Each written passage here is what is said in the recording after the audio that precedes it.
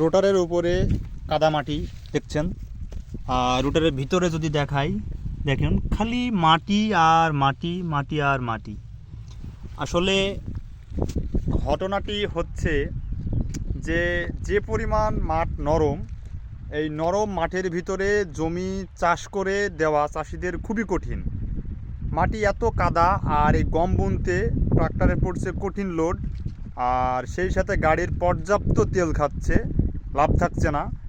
আর সবথেকে বড় সমস্যা হচ্ছে গাড়ির তেলও খাচ্ছে, লোডও পড়ছে, চাষ ভালো করার চেষ্টাও করছি, কিন্তু চাষ ভালো করতে পারছি না। তার একটি কারণ, সেটা হচ্ছে জমি নরম। আর এতে চাষি খুশি হচ্ছে না, আরও বরং সে বলতেছে যে চাষ ভালো হচ্ছে না। গতকালকে একটা জমিতে রোটার মেরে দিয়ে গিয়েছিলাম, এই জমিটাই।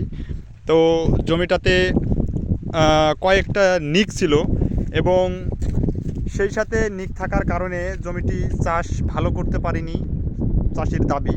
কারণ নরমে চাষ ভালো করা যাচ্ছে না, খুব কঠিন একটি বিষয় হয়ে দাঁড়িয়েছে।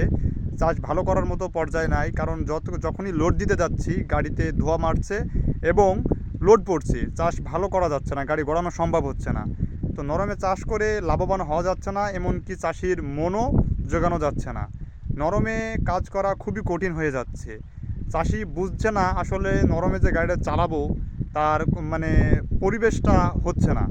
তো নরমে কাজ করা আসলেই কঠিন। কিন্তু নরমে যারা গম বুনছে, মানে বীজ রোপণ করছে, এদের জমিতে কোনো রকমভাবে চাষ দিলেই কিন্তু গমের জমিতে বীজ বের হয়ে যাবে। তবে চাষ ভালো করার চেষ্টা করছি, কিন্তু নরমে চাষ ভালো হচ্ছে না, চাষিকে খুশি করতে পারছি না।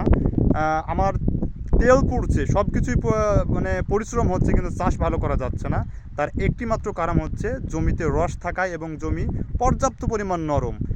যদি পানি থাকে ভুঁই পাকানো হয়ে যায়, কিন্তু পানিও নাই, এমনকি শুকনাও নয়, মাটি কাড়া বেঁধে যাচ্ছে, খুব নরম। নরমে চাষ করা আসলে আমাদের যারা ট্রাক্টর রোটার দিয়ে গম বীজ রোপণ করে দিচ্ছি, খুবই কঠিন হয়ে দাঁড়িয়েছে বিষয়টি।